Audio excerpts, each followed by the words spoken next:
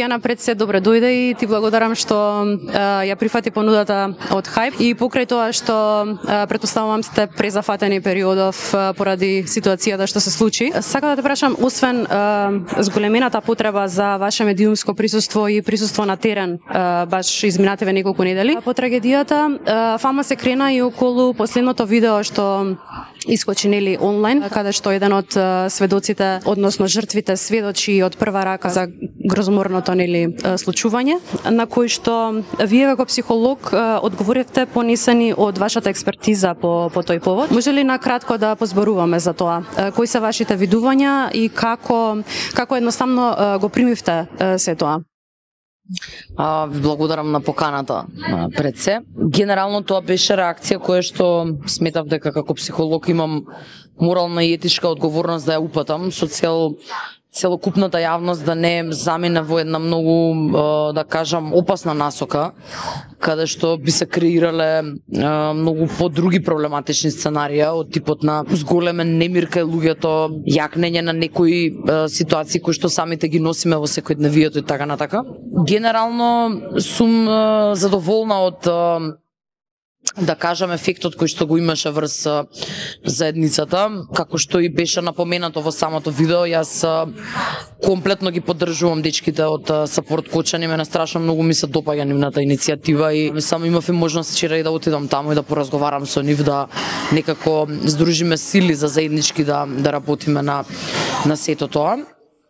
Затоа што сметам дека каде што има добра идеја, потребно е да има и експертиза со цел да се даде еден комплетен целосен производ.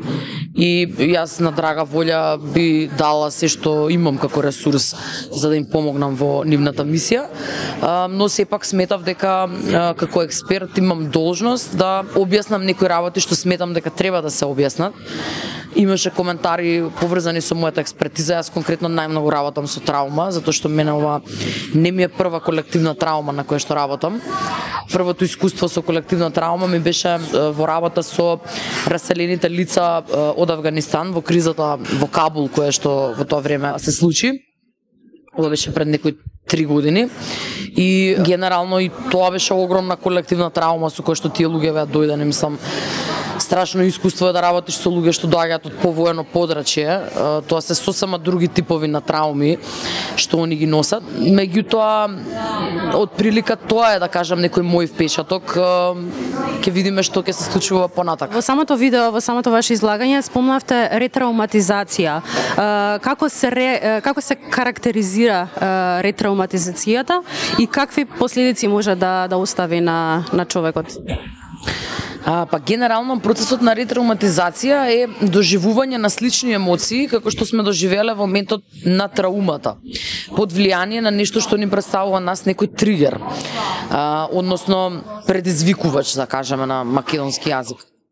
Значи, самиот тој процес на тригерирање кај луѓето може да настане непосредно по траумата, меѓутоа може и понатаму да се појавуваат разни тригери. И од тука се случува да ја работам например со клиенти кои што доживуваат ретрауматизација, а не се свесни дека ја доживуваат. Например, доколку сте вие дете кое што е растено во семејство во кое што многу се викало, може константно да чувствувате анксиозност кога некој вика или при гласни звуци и така натака. И тоа е у суштина процес на ретрауматизација. Меѓутоа, ако не дојдете да го сработите тоа тераписки и да некако се затвори, да кажам, тоа искуство и со тек на време да се isprocesира и да се надмине, ќе имате потешкотија да бидете присутни во простор каде што многу се вика. Така да, слично и со оваа ситуација. Значи, секое, да кажам, навраќање на деталите за жртвите може да биде страшен тригер. Јас работам со дел од луѓето во Кочани и не би сакала да споделувам детали, пошто и не смеам заради самото правило на дискреција. Меѓутоа, например, самиот поглед кон дискотеката за некои луѓе представува ретрауматизација, затоа што го гледаат тоа што е останато од тој објект и онда се враќаат флешови и спомени од тоа што се случувало таа вечер. Така што во некои ситуации јас дури препорачував да се земе некој краток одмор, да се замине некаде надвор, да се направи една пауза со цел жртвите да може да направат еден детачмент. односно да се одвојат од тоа што се случува, за да може потоа да се навратат и да го испроцесираат. Дали можеби секое навраќање, односно прераскажување на конкретната ситуација која што нели има травматични последици, дали е точно дека човекот кој што прераскажува поминува низ истата траума како кога и го доживеал тоа? Дали мозокот не може да направи разлика од тоа што е прераскажано до тоа што е доживеано? Многу зависи од тајмингот во кој што се раскажуваат деталите. Значи, доколку се раскажуваат многу блиску, непосредно по настанот, како што беше случката изминатиот период, каде што ние немаме ни 3 недели цели поминато од настанот, значи се уште премногу свежо сето тоа, многу е присутно, тогаш дефинитивно може да се појават тие емоции, се многу појачани. Доколку се работи тераписки и се работи на личниот развој, после одредено време, зависи од индивидуата, кај секој индивидуа различно, може да се створи една резилиентност и капацитет да се раскажува тоа искуство од место на свесност, каде што нема да се доживуваат тие емоции и најчесто, например, јас за пример ги давам голем број луѓе што своите трауми ги ставиле во некоја функција, па станале борци за човекови права, например, или жртви на семено насилство што станале активисти и креираат некој активизам и полиси за тоа да се спречи во заидните луѓе, заидните случаи да не се повторува кај други луѓе. Така да, меѓутоа тоа се случува процесно и за тоа да се дојде до таа резилиентност треба време. Значи не може да се случи веднаш. Поменавте дека веќе отидовте во Кочани, нели по повод повикот од Сапорт Кочани за засегнатите да се помогне нели колку што се може. Кои се следните чекори или методи кои што се превземаат таму, ете и вие како психолози од терен, што е тоа што го превземате сега како чекор за да им помогнете на засегнатите, дали може тоа да се сподели со јавноста? Па јас во моментов сум ангажирана во Комората за психолози, во делот телото за интервенции во криза и конкретно сум ангажирана за одредени теренски интервенции кои што се вршат во Центарот на Црвен крст во Кочани, значи во просториите на Црвен крст во Кочани. Таму работиме со сите оние луѓе кои што сакаат да дојдат и имаат потреба. Тоа се е бесплатна услуга за нив, а од нас е една волонтерска услуга која што ние ја даваме. Она што многу ми се допаѓа со дечките од Сапорт Кочани е што со нив ќе работиме нешто различно, друг проект кој што јас се уште сум во фаза на креирање, затоа што сега веќе е запрена кризата и е потребно да се креираат долгорочни стратегии за менталното здравје во Кочани. И по мене во следниот период Кочани треба да биде главен град на Македонија, зашто се треба да биде фокусирано таму, така да јас ќе бидам присутна таму без разлика преку која организација и од која страна. Верувам дека и сакам да го дадам мојот потенцијал и онолку колку што имам во себе, за да помогнам да се спречат одредени нешта и да се олесни целиот товар што моментално кочанчани го носат. А што мислите вие вака од ваша перспектива како психолог? На кој начин медиумите можат да помогнат во вакви ситуации, а никој да не биде нели загрозен во истиот момент? Искрено, во голема мера сум дури вчудена видена од реакциите на голем број новинари. Имаше многу лоши реакции на моето видео од страна на одредени новинари дека повикувам на цензура, дека повикувам на минимизирање на штетата и нешто што се случило, што воопшто не е така, затоа што сметам дека ова е нешто кое што никогаш нема да се заборави. Дури сметам дека ова ќе биде, за ова ќе се пишува, за ова ќе се креира, ова ќе биде инспирација на многу луѓе да творат, значи во периодот во годините што следуваат. Меѓутоа има нешто кое што сметам дека веројатно нашите дел од колегите кои што работат со медиуми не се информирани за истото, се вика trauma based information и trauma informed approach.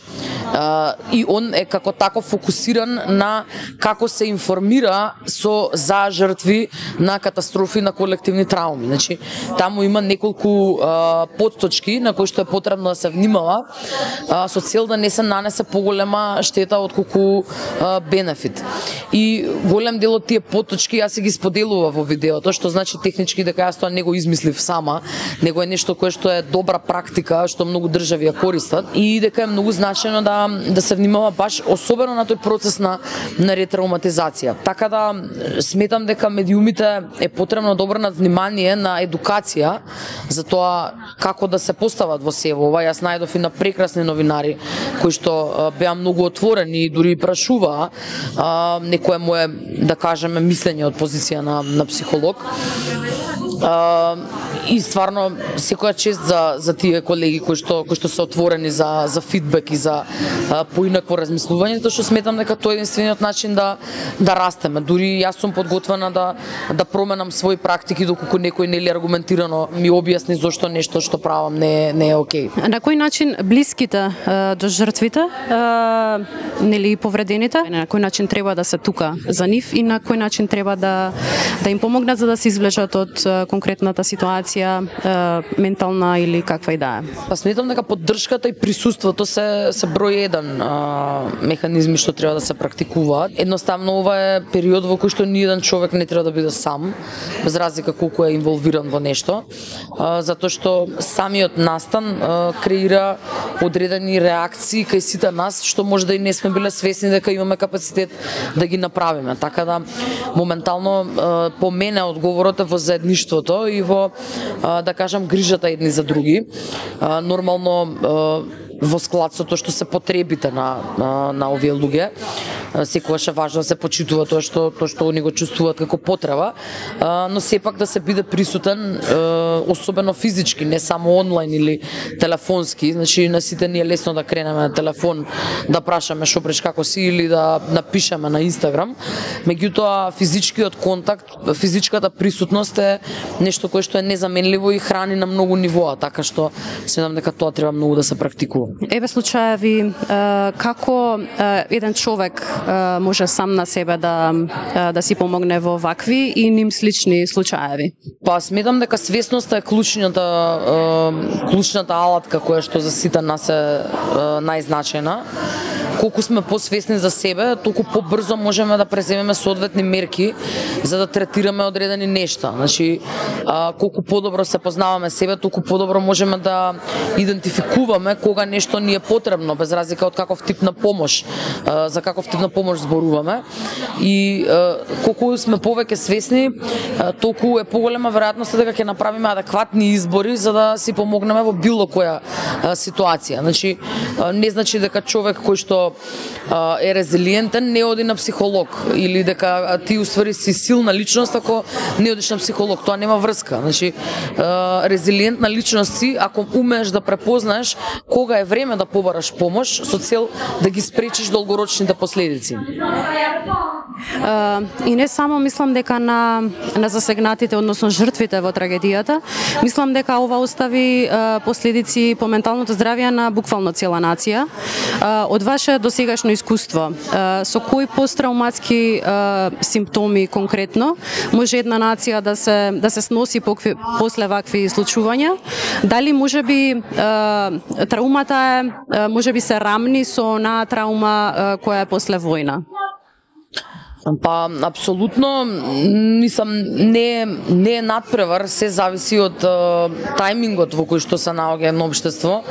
Ова е траума во кое што беа изгубени многу млади животи и едноставно тоа е нешто кое што до коска не здоболе сите нас. Не дека прави разлика возраста, меѓутоа кога вие гледате дека жртвите се деца, тоа е нешто кое што е најтраорно, затоа што во психологијата највисокиот степен на болка е кога е загуба на собствено дете.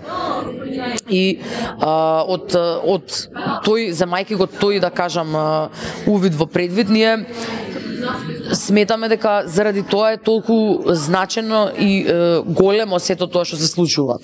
Може многу нешта да предизвика кај многу луѓе, дури и во, например, додека работам во себесложувалка, ми се случува често изминатиот краток период да луѓе доаѓаат со одредена симптоматологија која што не ни препознаваат дека е под влијание на ова што се случува. Например, наеднаш се нарушува сонот или наеднаш има промени во апетит или наеднаш станува стануваат нервозни, чувствуваат некој бес, некој гнев во себе, лутина кој што не можат баш точно да го адресираат од каде доаѓа. Во суштина тоа е, да кажам, емпатијата во нас. Значи, ние имаме сегде емпатски пипци пуштано и го собираме сето тоа што циркулира во општеството како емоција. Кога сме сите бесни, тоа се шири. Кога сме сите исплашени или во паника, тоа се шири. Така да, на тој начин, да кажам, може да се менува и индивидуалното расположение. Ова претпоставам дека е индивидуално, меѓутоа оптимално и општо земено од ваша перспектива и гледајќи ја ситуацијата сега каква е, веќе 3 недели од после, кое би било оптималното време да се преиде преку цела оваа траума и дали воопшто? Па, јас генерално не давам таков тип на прогнози, затоа што сметам дека секој човек процесира на свој начин. Сметам дека постои разлика помеѓу колективна траума и вечен спомен. И тоа е нешто кое што, да кажам, го зборувам константно со луѓето со кои што работам. Значи, едно е да ние останеме во траума после овој настан, а друго е да останеме во еден вечен спомен и да дадеме значење на тоа што се случило. Значи, ако останеме во колективна траума, ние ќе гаиме еден негативен наратив, ќе гаиме страф и паника меѓу населението, ќе креираме секундарни стравови и тоа генерално ќе го наруши квалитетот на живењето на луѓето. Ако влеземе во едно функционално процесирање на траумата, тогаш настанот за нас ќе представува катализатор на промени и трансформации во општеството, што сметам дека и на самите жртви ќе им даде едно значење и еден вечен спомен, да кажам, во тој наратив. Така што сметам дека тоа е клучната разлика. А како, еве, по ваш совет, како би прешле од сега момент на траума што го доживуваат сите до моментот на вечен спомен? Па за тоа е потребно време. Значи, ние сега се уште рачунете дека сме во исчекување да ги вратиме сите повредени назад во Македонија. И генерално сметам дека кога ќе си ги видиме сите тука што сме ги испратиле надвор, пошто ја верувам дека сите ние ги чувствуваме како своји тие луѓе, и деца, и млади луѓе, и без разлика која возраст се, тоа ќе предизвика, да кажам, едно леснување кај народот и ќе даде малку кураж дека едноставно ете ќе видиме и преживеани од сето тоа, ќе видиме многу преживеани, ќе видиме малку позитивен исход и тоа ќе донесе еден бран на надеж. Но секако се зависи од тоа кој како процесира. Значи, ја верувам дека моментално центарот на траумата е Кочани. Голема е веројатноста дека во другите градови полесно ќе оди тој процес на надминување на тие негативни искуства. Меѓутоа, баш заради тоа на нас паѓа најголема одговорност таму да помогнеме. И затоа и велам дека треба да го направиме Кочани главен град, затоа што нас Кочани треба да ни биде редовна дестинација, зашто ние мораме, ако успееме да собереме некоја енергија, да ја однесеме таму, да им ја дадеме на тие луѓе, да им ја дадеме на тој народ, значи да ги малку охрабриме, да ги омокиме, за да може да некако испливаат во тоа море на жал и на обжалување. Јас ќе ве прашам и ова. Ако би можеле да ја диагностицираме Македонија, која диагноза би ја дале? PTSD. За жал, тоа е, по мене тоа е диагнозата на Македонија, пошто Македонија е едно општество кое што е во константна траума. Ние имаме со векови наназад синџири на колективни трауми. Ние никогаш не сме излегле од колективна траума. Имаме константни фундаментални општествени промени, имаме војни, имаме поделби, имаме промени на власт константни, имаме многу нешта, па плюс кои ќе ги додадеме и трагедиите од озгора, и ние суштина уште не сме се излекувале како општество од една траума, ние влегуваме во друга. И веќе тука народот е длабоко оштетен поради сето тоа што предизвикува дестабилизација, затоа што нас ни е непознато како е да живееме мирно и регулирано. Фала ти многу, Тијана, што одвои време, па се надеваме се гледаме во некоја наредна прилика. Фала и на вас, дечки, се гледаме пак.